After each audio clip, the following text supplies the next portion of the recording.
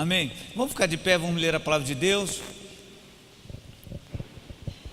Abra sua Bíblia aí, por favor, num texto muito fácil de encontrar.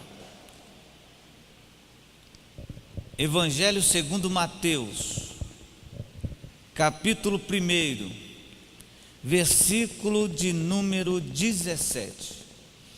O texto é fácil de encontrar, todavia parece assim meio incompreensível o texto que nós vamos ler. Parece assim, meu Deus, eu não consigo entender o que a Bíblia tem a falar conosco através desse texto. Então, Evangelho segundo Mateus, capítulo 1, versículo 17. Achou? Diz assim a palavra de Deus: de sorte que todas as gerações, desde Abraão até Davi, são 14. Desde Davi até o exílio na Babilônia, 14. E desde o exílio na Babilônia até Cristo, 14. Senhor, nós te agradecemos, Senhor, pela tua palavra e te pedimos, fala conosco, em nome de Jesus, amém e amém. Você pode sentar, graças a Deus. Meus irmãos, vou começar essa palavra de hoje falando de algo que você gosta de me ouvir falar: música. Com certeza você está pensando, meu Deus, mais uma música que eu não conheço. Eu quero lembrar você que conhece, ou quero falar para você que ainda nunca ouviu falar, de uma música antiga do cantor Osés de Paula. Não sei se ele foi o compositor, mas ele é o intérprete dela. O nome da música é Amanhã. No início dessa música diz o compositor a seguinte afirmação: amanhã eu não sei o que virá, o que acontecerá dos meus sonhos tão diversos. Amanhã o meu ser se alegrará ou tristonho ficará? E ele conclui dizendo: o amanhã eu não sei. Esse texto, essa música, né, melhor dizendo, ele, apesar de aparentemente ser melancólico, ele é muito verdadeiro. Quem pode afirmar o que vai acontecer da minha vida ou da sua vida amanhã? Qual seria a forma ou método de nós falarmos assim: não, eu tenho convicção de que amanhã a minha vida estará assim ou assim? Não há essa possibilidade. Por mais que se levantem por aí pessoas que se definem como adivinhos, como mágicos, entre outros títulos, ninguém consegue definir como vai ser o amanhã. E a resposta é muito simples, queridos, porque a nossa vida ela é composta de fases. Diz o próprio Tiago na sua carta, ele fala o seguinte: quem são vocês para dizer amanhã farei isso ou aquilo? Melhor dizer, se Deus quiser, estarei ali ou estarei lá, farei isso ou aquilo, porque ninguém tem condição de definir como estará a nossa vida amanhã. O problema dessa instabilidade da nossa vida é que ela nos gera uma certa desconfiança no futuro. Você às vezes ora porque você tem medo do futuro, às vezes você se previne hoje porque você tem medo do futuro. Você não sabe como você vai estar amanhã. E por mais que você seja forte, ou fiel, ou crente, a fase da sua vida ela pode mudar. E eu vou usar uma expressão aqui, não quero ser negativista ou simplesmente um profeta da tragédia, mas eu quero dizer para você que amanhã a sua vida pode virar de ponta cabeça. Exemplo do que está acontecendo hoje com a família daquele ministro do Supremo Tribunal de Justiça que hoje faleceu. Quem diria que aquele homem iria falecer hoje? Uma tragédia, um avião caiu e ele então faleceu. Imagina como está aquela família. A vida dela, a história dela mudou de ponta cabeça. Então, você pode ser crente, você pode ser fiel, você pode ser forte ou fraco. Saiba que a fase da sua vida ela pode ser alterada em horas ou em minutos. E o problema todo é que as fases da nossa vida elas mudam por causa de circunstâncias. As circunstâncias da nossa vida não tem como você dominar.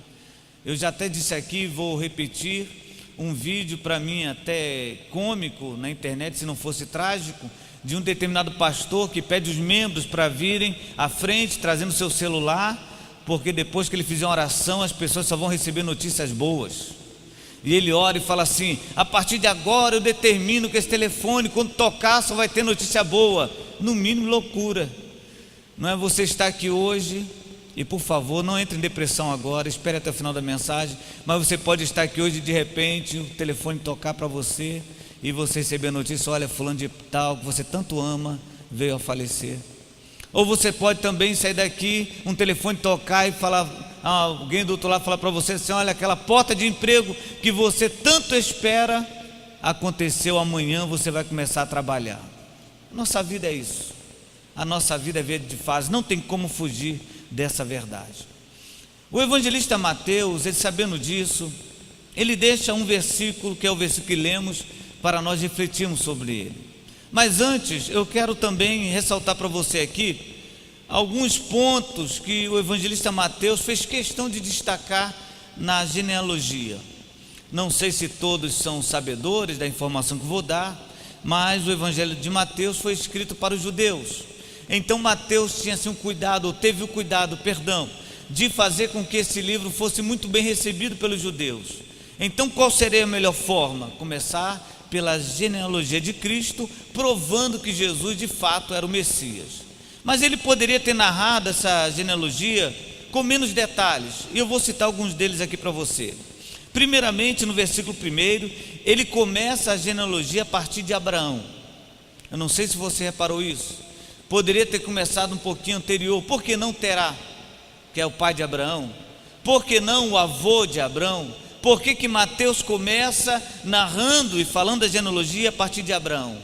Porque em Abraão começou a promessa de um povo que seria vencedor. De ti farei uma grande nação, de ti farei um povo imbatível. Então Mateus achou importante lembrar isso aos judeus, que de Abraão, que eles são herdeiros, foi de Abraão que veio a pessoa de Cristo, a pessoa de Jesus. Lá no versículo 6, isso aqui foi até tema de estudo aqui no nosso curso de diácono, quando o evangelista Mateus ressalta, a dificuldade, o erro de Davi, quando ele fala assim: olha, Jessé gerou o rei Davi, e o rei Davi a Salomão. Aí ele deixa claro depois o pecado, quando ele fala assim: da que fora mulher de Urias. Não vai ter nenhuma novidade aqui, os alunos responderam, mostra a imparcialidade da Bíblia. Mateus tenta mostrar que Deus é imparcial, que Deus não encobre pecado, que Deus não encobre transgressão, que Deus não gosta de transgressão, e por isso deixa exposto aqui a falha de Davi. Mas o detalhista Mateus não se detém somente nesses pontos. Lá no versículo de número 16, ele dá mais um detalhe do nascimento de Cristo, quando ele fala assim: e Jacó gerou a José, marido de Maria, da qual... Preste bem atenção que ele não fala do qual, ele fala da qual. Ele tira José do foco e coloca Maria, para tentar provar para mim e para você que Jesus nasceu totalmente gerado pelo Espírito Santo, que não houve nenhum envolvimento, que não houve nenhuma participação de José. Veja os detalhes, o cuidado do evangelista Mateus. Agora, nada supera o versículo 17, quando ele fala sobre as 3 gerações. Todas as gerações, desde Abraão até o nascimento de Cristo. Ele poderia ter deixado esse versículo de lado, porque de fato ele já citou nomes das gerações, mas aqui ele cita as gerações e ele dá alguns detalhes. Parece que ele quer que nós venhamos aprender, por isso ele expõe as gerações de maneira didática. É muito fácil você decorar. Vamos ler o texto mais uma vez? Você vai ver como ele se esforçou para que eu e para que você decorasse as gerações. De sorte que todas as gerações, desde Abraão até Davi, são 14. Desde Davi até o exílio, 14. E desde o exílio da Babilônia até Cristo, 14. Você nota que ele usou personagens conhecidos, de Abraão até Davi, de Davi até o cativeiro babilônico, que também foi um momento marcante, e do cativeiro babilônico até Cristo. Então ele queria que nós aprendêssemos isso, ele queria que nós gravássemos, que de certa maneira pudéssemos decorar isso. Mateus, ele estava aqui falando sobre as fases do reino de Israel. Cada uma dessas gerações simboliza uma fase diferente ou distinta dentro da nação de Israel. A primeira geração fala do aclive, do crescimento, desde Abraão até Davi, momentos heróicos, momentos de conquista, de vitória, de comunhão com Deus, momentos onde Deus falava diretamente com o homem, momentos em que o povo hebreu era ricamente abençoado por Deus. Agora, a segunda geração fala de outra fase de Israel, a fase do pecado, quando o povo se distancia de Deus e começa a pecar, e se distancia do Senhor, e a partir desse distanciamento, a mão de Deus, o juízo de Deus é contra Israel, chega ao ponto até deles virarem escravos em Babilônia. Porém, vem outra fase, e Mateus deixa claro que depois de Babilônia, o povo não morreu em Babilônia, mudou a fase, e houve outra fase até Cristo. Na realidade, Mateus começa a mostrar, vocês têm que aprender, que a nossa história é constituída por fases. E eu queria que, baseado aqui na expressão de Mateus, eu queria que não somente eu, assim como aprendi hoje, eu queria que você também aprendesse um pouquinho sobre as fases da nossa vida. Não tem como dominá-las, como disse na introdução, não tem como dirigi-las, ordená-las, mas tem como entendê-las, tem como compreendê-las, tem como superá-las, tem como vencê-las. Então vamos aprender um pouquinho aqui. Primeiramente, Mateus nos ensina que as fases da vida são e sempre farão parte da nossa história. Por isso ele deixa claro aqui, dentro da história de Israel, esse momento de altos e baixos, porque as fases da nossa vida fazem parte da nossa história. O que eu quero dizer com isso? Ninguém está isento de viver fases diferentes, infelizmente ninguém. Eu acredito que se eu perguntasse aqui, quantos estão vivendo uma boa fase, eu acredito que alguns levantariam a mão, mas confesso para você que estou mais voltado a acreditar que a maioria levantaria a mão se eu perguntasse se está vivendo uma fase ruim. Quem sabe alguém até arriscaria e falaria assim: pastor, eu nunca vivi uma fase ruim. Então eu ia dizer para você, então se prepara, porque ela vem. Se prepara que vai chegar a tua vez, vai chegar o teu dia. Agora, essas fases ruins, elas fazem parte da nossa vida. Com ela nós aprendemos, com ela nós crescemos, com ela nós temos a nossa mentalidade mudada, transformada. Com as fases da vida nós somos transformados em outras pessoas, porque as fases nos ensinam. Vou agora relembrar mais uma vez as palavras do salmista, quando disse assim: uma coisa disse Deus, duas vezes a ouvir, o poder pertence a Deus. O salmista estava se referindo às fases boas e ruins da sua vida, e ele está dizendo: eu aprendi que na fase ruim ou na fase boa da minha vida, Deus é todo poderoso. O apóstolo Paulo, ele fala assim: porque eu aprendi, eu sei viver, eu sei passar fome, eu sei levar chicotada, eu sei ser rico, eu sei ter pouco dinheiro, porque posso todas as coisas naquele que me fortalece. Seja qual for a fase da vida que você está atravessando, Deus está te ensinando alguma coisa. Isso vai ficar na tua história. Quando chegar mais à frente um pouquinho, quando alguém chegar para você e falar assim: olha, eu estou vivendo um momento assim, você vai poder falar assim: é verdade, você vai vencer. Mas por que vai vencer? Porque eu passei por uma fase semelhante, Deus me deu vitória. As fases passam, meu querido irmão, o momento passa. Você não vai continuar assim para sempre, nem lá em cima, como também não ficará lá embaixo para sempre. As fases da nossa vida, baseada na nossa história, deve servir também como inspiração.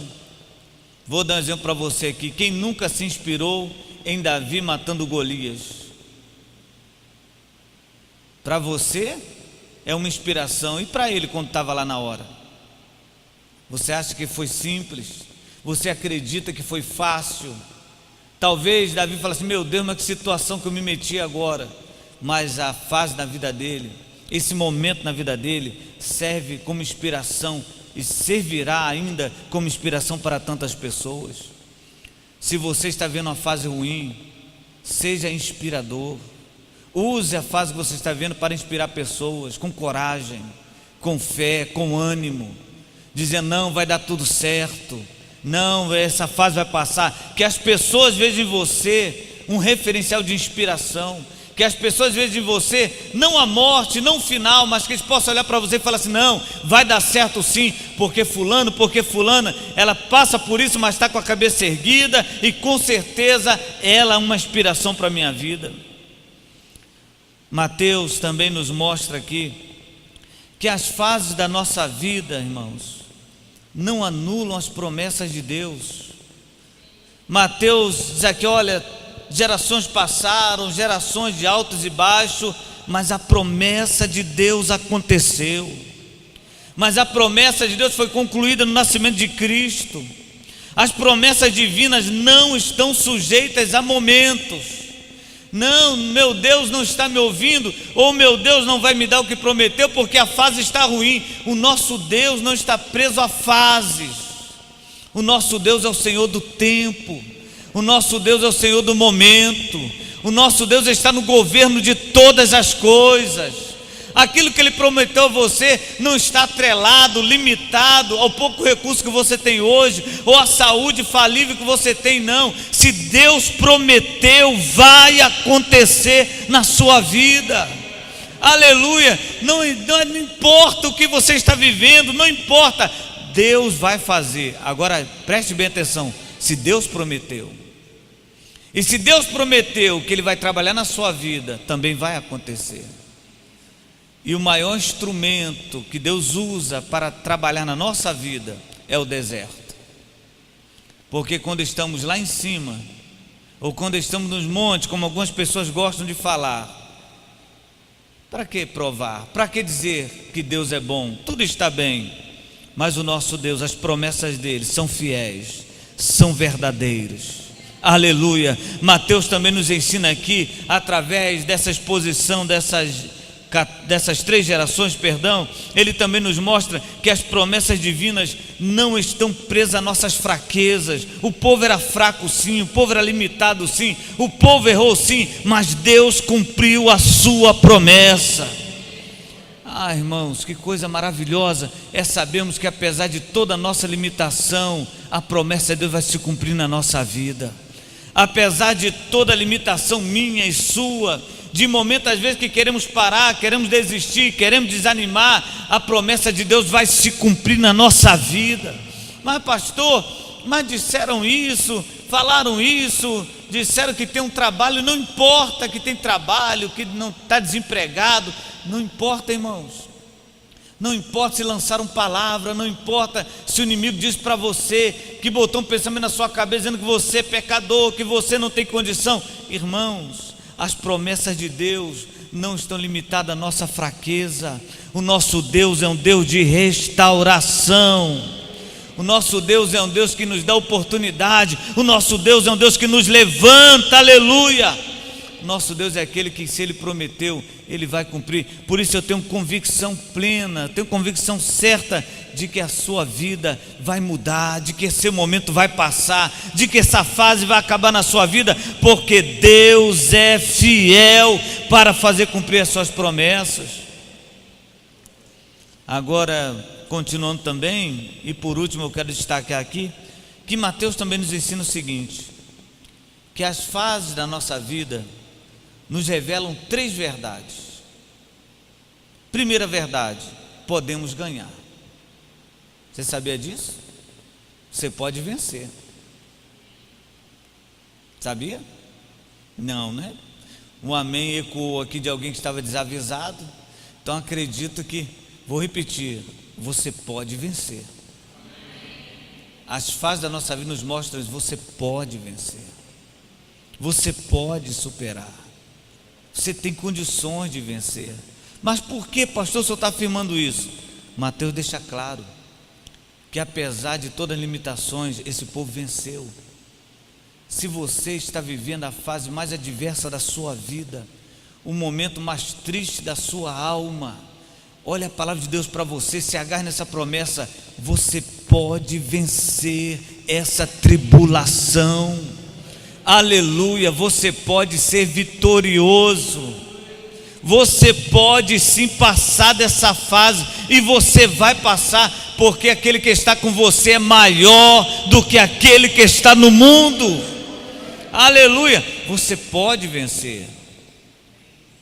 Apesar de ter dificuldade, quando você olha assim para o seu adversário, você fala, não vai dar, mas você pode.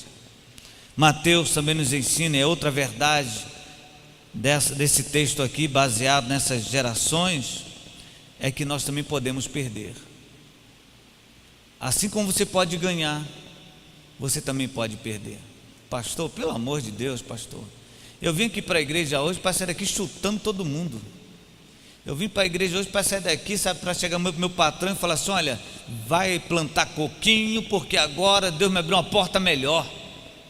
O senhor está falando que eu posso perder? Pode. A Bíblia fala isso. Debaixo do céu, para tudo há um tempo, para todo propósito há um tempo. E o escritor continua dizendo, tempo de plantar, tempo de colher, tempo de sorrir e tempo de chorar. Tudo tem seu tempo. Você pode perder. Não se iluda com essa mensagem irresponsável aí dizendo que você não pode perder. Você pode.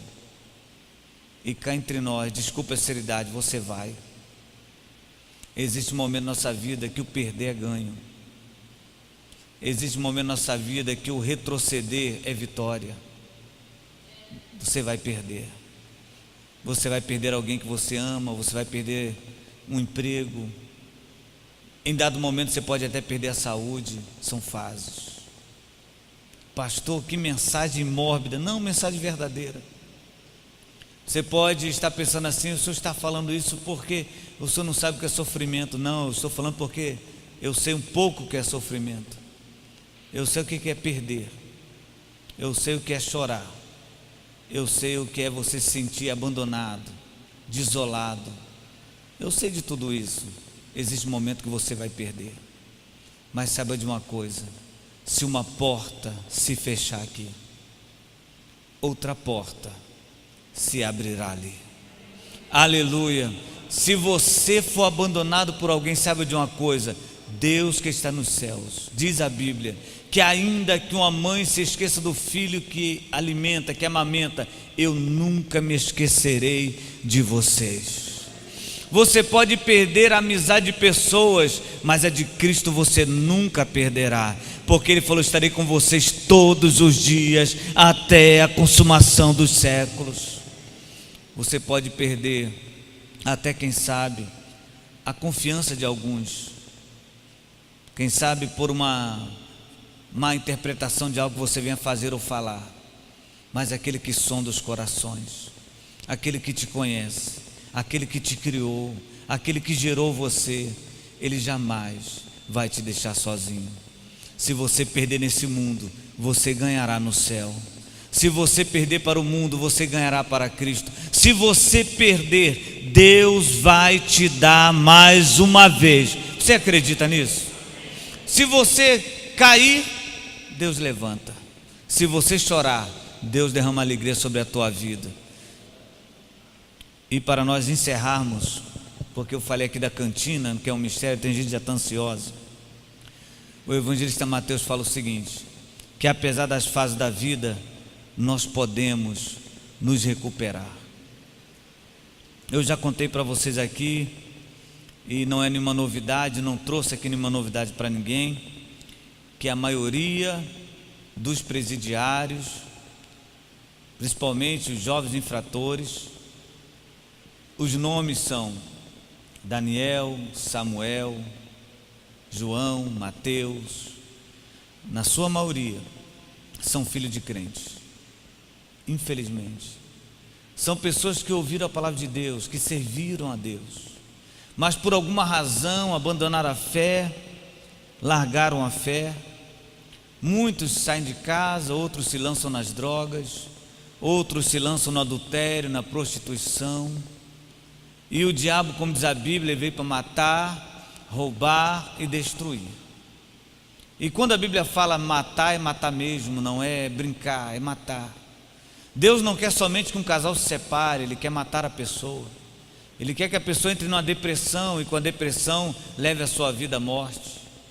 Quando o diabo fala matar, ele está realmente dizendo matar quando alguém perde um emprego. Nem todas as pessoas têm condição, têm habilidade, têm emoção estabilizada para conseguir superar. Muitos dão cabo da sua própria vida. O diabo quer fazer isso, mas Deus, Ele diz para você que seja qual for a fase da vida que você está vivendo, você pode se recuperar, você pode se reerguer, você pode voltar a ser o que era, você pode voltar a sorrir mais uma vez, você pode ser feliz mais uma vez. Deus tem uma vida de vitória para você, Deus tem uma vida de felicidade para você, Deus tem uma vida de restauração para você.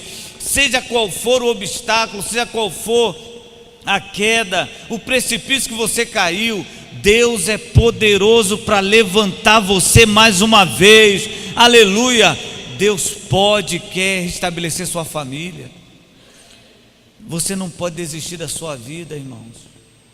Nós não podemos desistir da nossa vida. Deus tem o melhor para cada um de nós. Por que falo isso? Porque temos aqui, nessas gerações, muitos delírios, muitos problemas, muitos pecados, mas no final, Deus restaurou através da pessoa de Cristo. Quando Jesus, virando para as pessoas, disse assim: vinde a mim, todos vocês que estão cansados e oprimidos, e eu vou aliviar vocês. Tomai sobre vós o meu jugo e aprendei de mim, porque sou manso e humilde de coração.